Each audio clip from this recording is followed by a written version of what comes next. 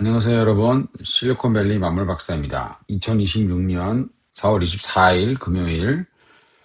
자, 오늘은요, 스페이스X 주식 사야 되나? 라는 주제로 이야기를 한번 해볼까 합니다. 아직 못 사죠? 스페이스X 주식이요. 이제 IPO, 기업 공개 상장을 지금 준비를 하고 있는데, 뉴스가 굉장히 많이 나오고 있어요. 밸류에이션, 평가 금액이 너무 비싸다라는 말부터 해서, 아니다. 지금 스페이스X의 현금 창출 능력을 보면, 지금 이 정도의 밸류에이션은 나쁘지 않다, 괜찮은 거다라는 평가도 있고 굉장히 말이 많고요. 스페이스X 이제 상장 준비를 하기 위해서 신청을 했죠. 비공개로. 아직 기업에 대한 스페이스X 자세한 재무 사항이나 이런 것들에 대해서는 아직 정확하게 공개된 건 없어요. 지금 나온 여러 기사들을 제가 좀 정리를 좀 해봤어요. 저도 이 스페이스X 관련 영상을 올리려고 계속 준비를 했는데 이게 워낙 내용이 많아요. 내용이 많고 기사들도 계속 나오고 있는 그런 상황이어서 제가 준비하고 정리하고 이러는데 시간이 좀 걸렸어요. 제가 한 2주 전부터 이렇게 준비를 했었거든요. 근데 오늘에서야 올리네요.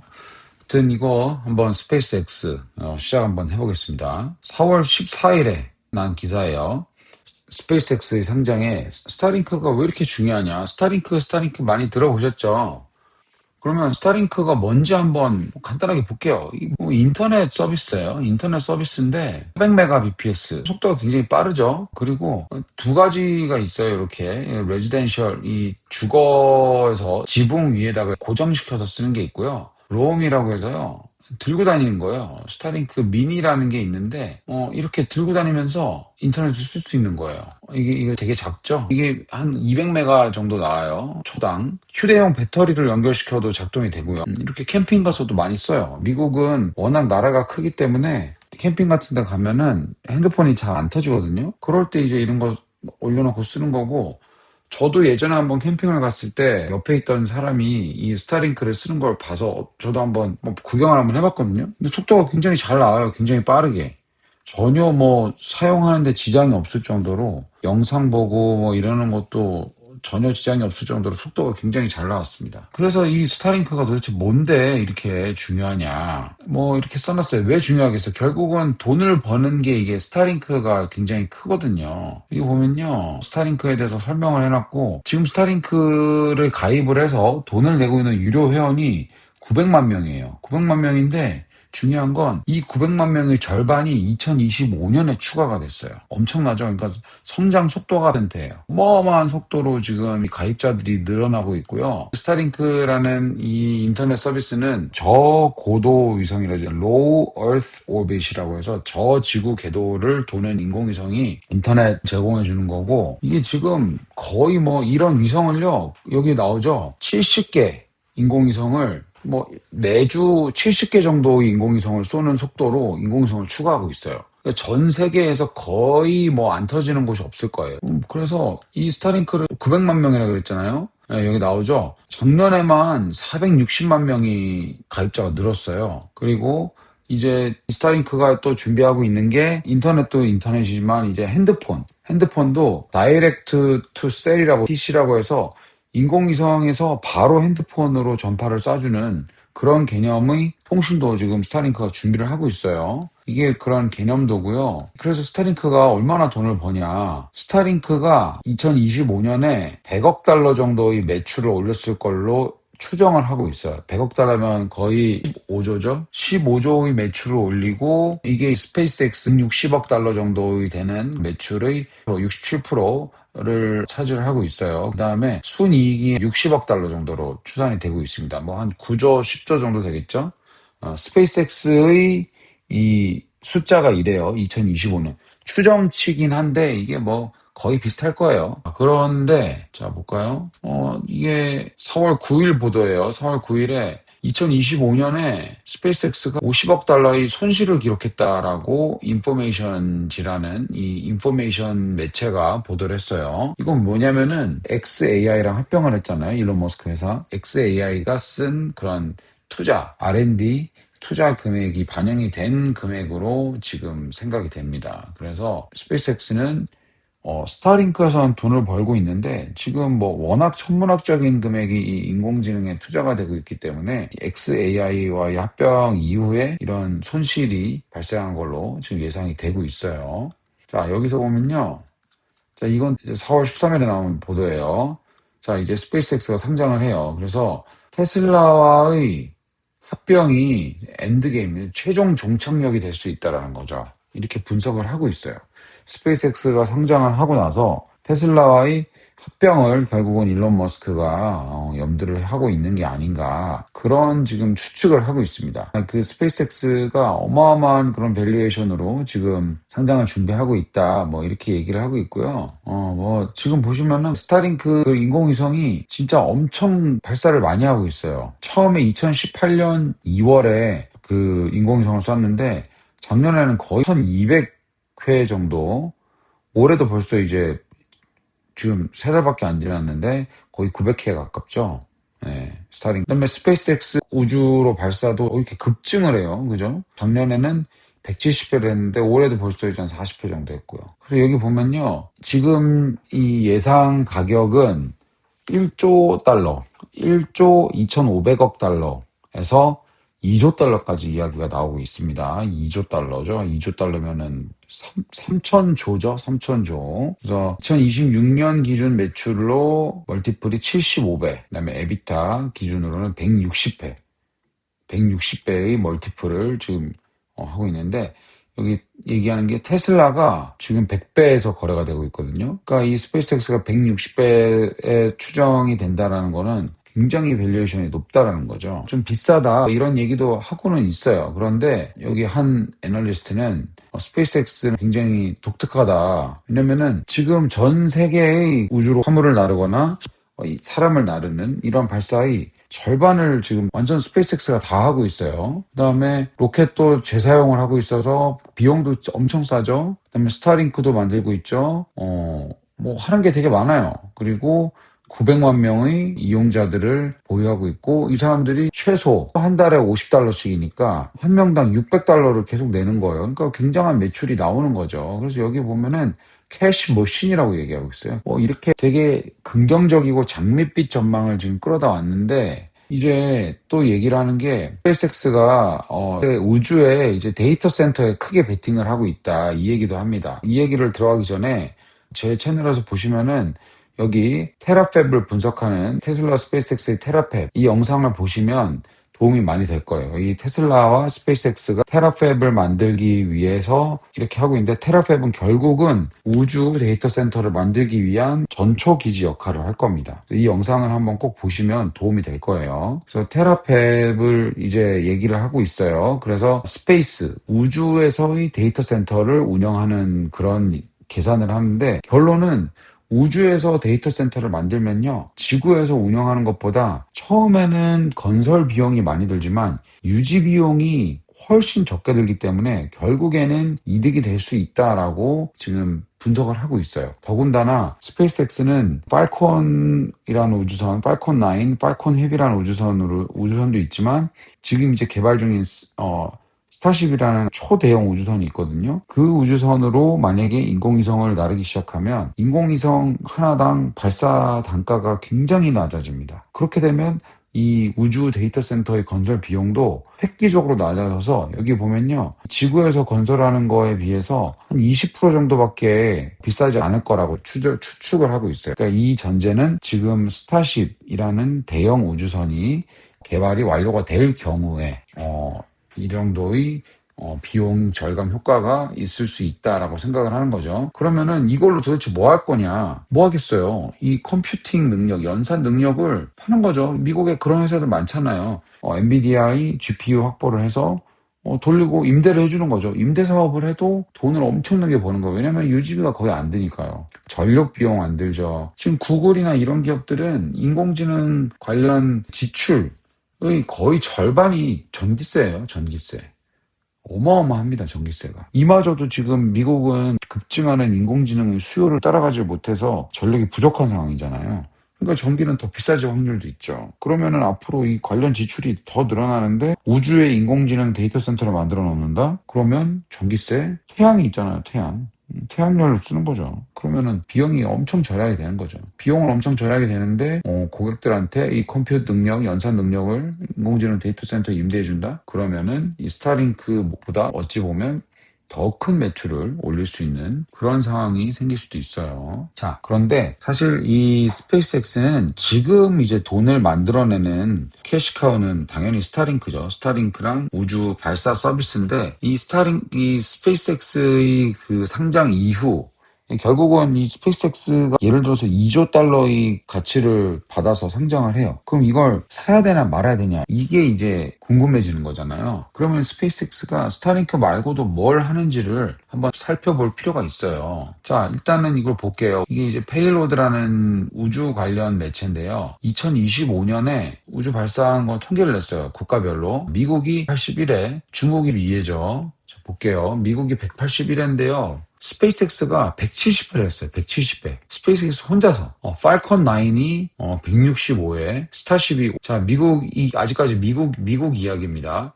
블루 오리진이 이제 아마존 제프 베이조스가 만든 회사죠. 여기서 뉴 글렌 런치, 뉴 글렌이라는 이것도 대형 로켓이고요. 그 다음에 노스롭 그러면이 하나 했고, 자, 그 다음에 아리안 에어스페이스, 유럽이죠. 유럽은 몇 개 없어요. 7개밖에 안 했어요. 그죠? 그 다음에 중국이 2회. 자, 스페이스X가 몇 개 했어요? 170회. 중국이 2회. 중국이라는 국가가 전부 다 한 거의 2배를 스페이스X가 하고 있습니다. 거의 뭐 우주 시장을 장악했다라고 보는 표현이 맞는 것 같아요. 왜냐면은 스페이스X는 이렇게 하고도 이 팔컨 9은 재활용할 수 있거든요. 이 모든 거를. 이것까지 하니까 한 해 발사하는 횟수당 비용도 굉장히 낮아요. 굉장히 낮기 때문에 일단은 우주 발사 시장을 스페이스X가 사실상 독점하고 있다라고 봐도 무방할 걸로 저는 생각이 됩니다. 그다음에 스페이스X는 또 나사랑도 뭘 하고 있죠. 이번에 뉴스 보신 분들은 아시겠지만 아르테미스 이제 달 탐사 계획이죠. 아르테미스가 5까지 계획이 돼 있어요. 이번에 했던 게 2예요. 달까지 가서 팔자로 그냥 돌고 오는 거예요. 달 구경만 하고 오는 거예요. 달 구경하고 왔죠. 성공적으로. 그 다음에 아르테미스 3가 있어요. 이 3는 뭐냐면은 2027년에 커머셜 랜더, 그러니까 달 착륙선을 실험을 하는 계획인데 스페이스X랑 블루 오리전이 지금 경쟁을 하고 있어요. 여기서 SLS가 이제 스페이스 런치 시스템인데 이거를 이번에 아르테미스 2 때 갔다 온 오리온을 만나서 얘를 달에 착륙을 시켰다가 다시 지구로 귀환하려면 착륙했던 게 다시 올라와야 되잖아요. 그것까지 이제 시험을 해보는 거고 아르테미스 4가 2028년 초에 할 건데 달에 이제 직접적인 착륙을 할 수 있는 거를 시도를 하는 그런 겁니다. 그리고 그 이후에 이제 아르테미스 5는 결국은 달에 이제 기지 건설을 위해서 아르테미스 계획을 하는 거고요. 자, 보면은 그 나사가 우주 계획에 대한 이런 이니셔티브를 이제 발표를 한 거예요. 이 계획을 발표를 했는데 결국은 우리는 달로 가겠다 이거예요. 달로 가서 기지를 건설하겠다. 뭐 이런 얘기예요. 이런 얘기고 근데 보세요. 아까 이제 아르테미스 계획에는 스페이스X랑 블루 오리전이 아직 경쟁을 하고 있다라고 얘기를 하고 있죠. 결국은 달로 가서 기지를 건설을 하는 거예요. 건설하는 게 이제 궁극적인 목표인데 달에 기지를 건설하면 이 기지를 발판으로 화성, 목성 뭐 이런 데로 쭉쭉쭉 나갈 수 있다라고 우주 탐험을 하기 위해서 전초 기지 역할을 할 수 있다라고 생각을 해서 이렇게 하는 거죠. 여기도 이제 단계별로 나눠놨어요. 1단계, 2단계, 3단계 이렇게 나눠놨고 뭐 이런 계획들을 실행에 옮기려면 달에 기지를 지으려면 뭘로 짓겠어요? 지구에서 물건들을 가져가야 될 거잖아요. 그런데 이 물건을 옮기기 위해서는 엄청나게 많이 우주를 왔다 갔다 해야 될 거 아니에요, 지구에서. 결국은 이게 다 돈인데 이 비용을 지금 가장 낮출 수 있는 시스템을 가지고 있는 기업은 스페이스 X밖에 없어요, 지금요. 그 다음에 또 보면요, 이게 HLS라고 이제 휴먼 랜딩 시스템스인데 이게 이 스페이스X의 스타쉽이거든요. 이게 굉장히 큰 우주선인데요. 이걸 달에 착륙시켰다가 이제 다시 또 올라와서 지구를 귀환하는 그런 시스템을 아르테미스 계획을 통해서 확인을 해보겠다 이거죠. 그런 계획이고 아까 또 그 블루 오리진 스페이스X랑 경쟁하는 회사인데 얼마 전에 또 기사가 났죠. 블루 오리진이 이게 4월 21일 기사예요. 이 AST 스페이스 모바일이라고 얘도 우주 통신을 하는 회사인데 이 인공위성을 우주에서 궤도에 진입시키는데 실패했어요. 블루 오리진 로켓이요. 우주 기술이 정말 쉽지 않다. 쉽지 않은데 스페이스X의 팔콘은 이거를 거의 실패 없이 지금 매번 잘 하고 있다. 아까 횟수 봤죠? 160회를 거의 뭐 차질 없이 지금 잘 하고 있습니다. 네, 그렇기 때문에 지금 스페이스X 우주 경쟁력, 이 화물을 싼 값에 가지고 올라갈 수 있는 능력, 이런 것들은 블루 오리진에 훨씬 앞서 있다, 저는 생각을 합니다. 도대체 이게 뭔데 그렇냐? 자, 한번 볼까요? 스페이스X의 큰 스타쉽이고요. 나머지 하나는 팔콘이에요. 팔콘인데 팔콘 9은 조금 작은 로켓이고요. 그 다음에 좀 큰 게 팔콘 헤비예요. 팔콘 헤비. 그 다음에 이제 가장 큰 게 지금 이제 한창 테스트를 하고 있죠. 스타쉽이. 근데 여기에 쓰는 엔진이 달라요. 이 랩터 엔진이라는 게 이 스타쉽 초대형 우주선에 쓰이고 있는 거고요. 이 팔콘에는요, 멀린이라는 엔진이 있어요. 멀린 엔진이 쓰이는데, 멀린 엔진 하나가, 자, 볼까요? 이게 멀린 엔진이고, 이게 랩터 엔진이에요. 이 랩터 엔진 하나가 멀린 엔진 3개 정도의 그 힘을 냅니다. 힘을. 근데 이 스페이스X의 스타쉽, 여기에는 이 랩터 엔진, 멀린 엔진의 3배, 힘을 내는 이 랩터 엔진이 33개가 들어가 있어요. 엔진이. 33개.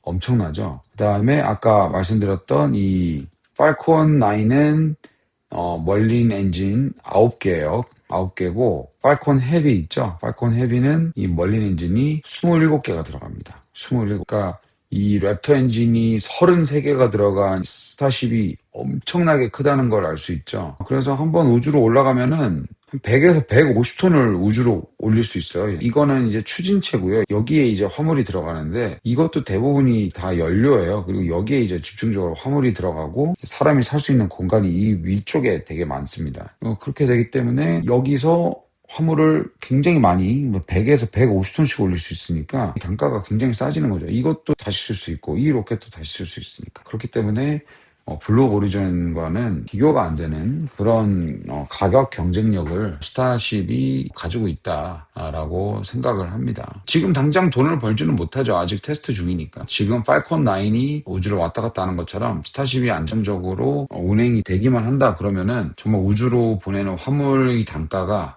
굉장히 낮아질 걸로 저는 생각을 합니다. 네, 그 다음에 뭐 여러 기사들 찾아보면요. 이건 이제 작년 기사인데 스파이 위성 네트워크를 미국 정보당국을 위해서 좀 만들고 있다. 이런 것도 아마 할 거예요. 이게 공식적으로 발표를 안 해서 그렇지. 하여튼 우주에서의 그런 독보적인 경쟁력을 스페이스X가 가지고 있다라고 보면 됩니다. 그 다음에 이건 무슨 얘기냐면은 AT&T랑 버라이즌 그다음에 T-모바일이 이제 미국에서 이제 그 이동통신 핸드폰 서비스 제공하는 회사들인데요. 스페이스X가 이번 성장으로 투자금을 많이 받으면은 결국은 이 주파수 경쟁에 참여를 직접적으로 해서 이 기존 통신 사업자들과 경쟁을 할 가능성도 있다 이거예요. 결국은 이 세 기업에는 큰 위협이 될 수 있다. 뭐 이런 얘기입니다. 그다음에 이 얘기는 아까도 말씀드렸죠. 스타링크의 그런 가입자 수가 굉장히 빠른 속도로 증가하고 있어요.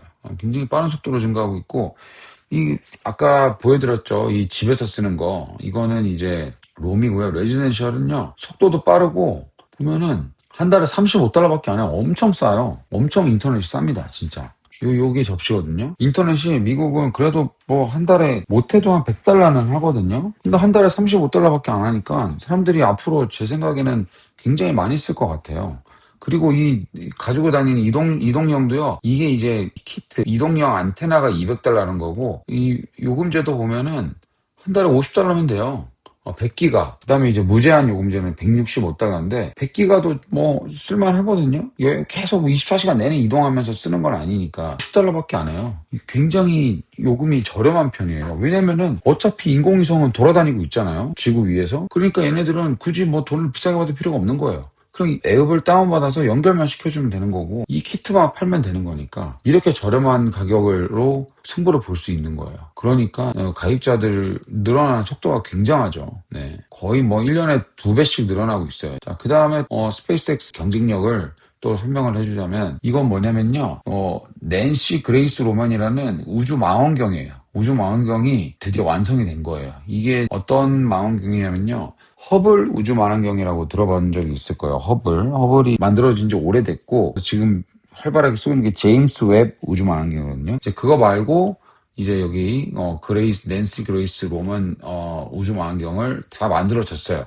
그래서 이제 우주로 올릴 건데 얘가 이제 어느 정도의 성능이냐면 우리가 예전에 많이 썼던 거예요. 허블 우주망원경이 2000년 걸릴 거를 이 로만 우주망원경은 1년이면 충분히 할 수 있다라는 거죠.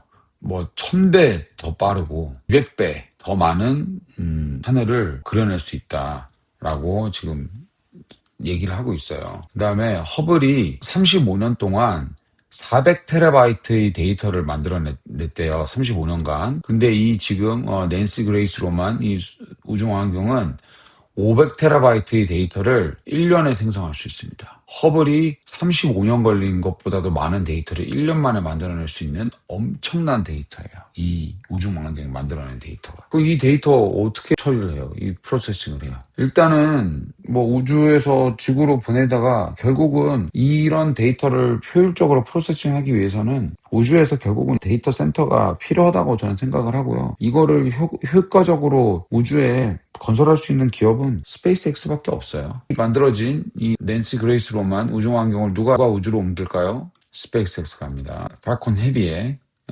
실어서 이걸 옮겨요. 검증이 된 거죠. 실력은요. 스페이스X가 우주로 보내는 능력은 이미 스페이스X만큼 잘 정확하게 저렴하게 할 수 있는 기업은 지구상에 없습니다. 독점이라고 봐도 돼요. 독점. 그리고 자 이게 4월 14일에 나온 건데 자 Nuclear Reactors on the Moon 원자력 발전을 달에서 하고 싶다라는 거죠. 이게 왜 그렇냐면은 이게 중요한 게 달은 사실은 태양열로도 전기를 얻어낼 수가 있어요. 근데 터지잖아 우주가요. 그러면 그걸 열로 써야 되는데 원자력 발전이 있으면 열이 자연적으로 발생을 하잖아요. 그 열도 쓸 수가 있고 나중에 미국이 어디까지 생각하는지는 모르겠는데 화성, 목성으로 갈수록요.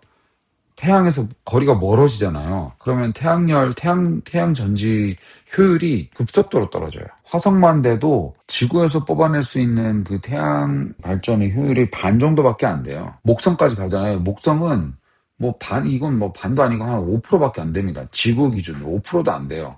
거리가 너무 멀어지니까요. 그러면 결국은 전기를 얻어야 되는데, 어디서 얻어요? 예, 그래서 원자력 발전을 이용해서 결국은 우주선이나 인공위성 이런 것도 원자력 에너지를 사용하면 거의 반영구적인 에너지를 얻을 수 있기 때문에 미국이 지금 달에 기지를 만들어서 원자력 발전을 시험을 해보려고 생각을 하고 있는 걸로 저는 추측을 하고 있습니다. 이게 지금 당장 이루어지는 게 아니에요. 그죠? 아까 아르테미스 계획 보셨죠? 2028년, 2030년 이렇습니다. 2030년 이럴 때 이제 달에 기지를 지어서 이런 것들 원자력 발전을 시험을 해보겠다는 건데 이거를 누가 해요? 이 기지를 지으려면 화물을 옮겨야 되잖아요. 이걸 옮길 때는 결국은 스타쉽을 이용하게 될 거다. 100톤, 150톤 한 번에 이렇게 많은 화물을 옮길 수 있는 능력을 가지고 있는 우주선은 지구상에 스타쉽밖에 없습니다. 그리고 현재 스페이스X의 이런 기술을 앞지를 만한 기술을 갖고 있는 기업 국가도 없어요. 아직까지는. 결국은 앞으로 우주 시장이 열리는데 이 화물을 결국은 대량으로 우주로 옮길 수 있는 기업은 스페이스X밖에 없어요. 블루 오리진 보셨잖아요. 블루 오리진도 실패합니다. 물론 스페이스X도 실패할 수도 있지만 워낙 검증이 많이 된 기업이기 때문에 아마도 나사의 계약 같은 거는 스페이스X가 좀 많이 받아올 수 있지 않을까 저는 예상을 합니다. 이야기가 길어졌는데 스페이스X의 그런 상장 밸류에이션 2조 달러까지 얘기가 나오는데 2조 달러면 3천조잖아요. 비싸다고 생각할 수 있어요. 아마 이게 상장이 되면은 변동성이 정말 극심한 변동성을 보여줄 거예요. 왜냐면 개인들은 막 사고 싶어 하는 사람들도 굉장히 많을 거잖아요. 엑시타는 투자 기관들도 있을 거고 그런데 결국 롱텀으로 장기적으로 본다면 우주를 개발할 때 지금 우주에서 할 수 있는 머릿속으로 상상을 하고 있지만 지금 실제로 구글 같은 경우도 우주 데이터 센터에 대한 계획을 지금 세우고 실제로 검토를 하고 있어요. 팀들이요. 구글 안에서. 선캐쳐 프로젝트라고 해서 이거 검색해보면 나옵니다. 선캐쳐. 구글도 우주에다가 그 인공지능 데이터 센터를 건설할 그럴 계획을 가지고 있어요. 결국 근데 이거를 누가 옮겨요? 우주로 옮겨야 되는데. 이거를 지금 할 수 있는 데가 스페이스X밖에 없어요. 그러니까 결국 당장 올해 상장 직후 이게 아니라 2년, 3년, 나아가 2030년까지, 30년 이후까지 본다면은 이 대형 화물을 옮길 수 있는 기업은 스페이스X가 유일하고요. 그거를 할 수 있는 우주선은 스타쉽이 유일합니다. 아직 테스트 중이고 완성된 버전이 안 나왔지만 스타쉽이 완성이 된다 그러면 굉장히 낮은 비용으로 더 많은 화물들을 우주로 옮길 수 있을 거고, 그러면 이런 백악관의 계획들, 미국 정부의 그런 우주 계획, 달에 기지를 세워서 거기서 자원도 캐고 거기서 원자력 발전소를 세우고 원자력을 이용한 우주선의 생산도 가능하게 만들 수 있는 잠재력을 가지고 있는 회사가 바로 스페이스X라고 저는 생각을 합니다. 간단하게 결론은 단기적으로는 변동성이 되게 심할 수 있어요. 그런데 정말 길게 본다. 예를 들어서 자식한테 물려줄 거다. 그러면은 뭐 사서 물려주면 돼요. 제 생각에는 앞으로 우주 시대가 열리면 스페이스X만큼 우주를 잘 아는 기업은 제가 볼 때는 당분간 나오지 않을 가능성이 높다라고 봅니다. 그러면 과연 2030년, 2040년 되면 이 3천조라는 밸류로 성장을 했던 스페이스의 이런 역사가 어떻게 평가될지는 그때 가보면 알겠죠. 그때 가보면 알겠지만 우주에서의 인류의 활동이 더 늘어날수록 스페이스X의 의존도는 더 높아질 거라고 저는 생각을 하고, 그럼으로써 스페이스X의 매출도 더욱더 증가하게 될 거라고 저는 생각을 합니다. 스페이스X 얘기가 굉장히 길어졌네요. 여러 가지 기사들도 많았고 자료도 뭐 보여줄 것도 좀 있어서 이야기가 좀 길어졌습니다. 오늘 마치면서 보여드릴 사진은요, 우주 얘기를 했으니까 우주에 관한 사진을 좀 보여드릴게요. 이게 실리콘밸리 지역에 있는 힐러 박물관이라는 데가 있어요. 검색해보시면 알 거예요. 힐러 에이비에이션 뮤지엄이라고 있는데, 여기에 작년에 실제로 우주로 갔던 나사 우주인이죠. 에스트로나 렉스 월함이라는 사람이 와서요. 거기서 이제 제가 가족들이랑 같이 가서 이 사람 얘기하는 걸 들었습니다. 볼까요? 이렇게 이분이 그 샌칼로스, 실리콘밸리 지역에 있는 지역 이름이 샌칼로스 출신이에요. 여기서 이제 스페이스 스테이션까지 ISS 거기도 갔다 왔고요. 이분은 지금 이분인데 아마존의 그 회사 있죠. 블루 오리진에서 일을 하고 계세요. 이분이요. 위에 비행기들도 보이죠. 비행기 박물관이에요. 그래서 이제 자기가 우주에 갔던 그런 이 사진도 보여주고요. 이렇게 여기 있죠. 렉스. 그다음에 실제로 우주선을 탑승하기 전에 찍은 사진도 보여주고. 그래요. 이런 것도 보여주는 시간도 가졌어요. 사람 많이 보이죠. 이 준비해놓은 의자가 모자라가지고 뒤쪽으로 막 다 서 있고, 이분한테 사인 받고 이러려고 기다리는 사람들도 엄청 많아가지고 강연이 끝나고도 거의 1시간 반 정도 앉아서 계속 사인해주고 사람들이랑 얘기하고 그랬어요. 이분 렉스 이 우주인이요. 미국 사람들이 우주에 대한 열정을 느낄 수 있는 그런 자리였습니다. 네, 오늘 긴 영상 시청해주셔서 감사하고요. 오늘 영상은 이것으로 마무리하도록 하겠습니다. 시청해주셔서 감사합니다. 실리콘밸리 만물 박사였습니다.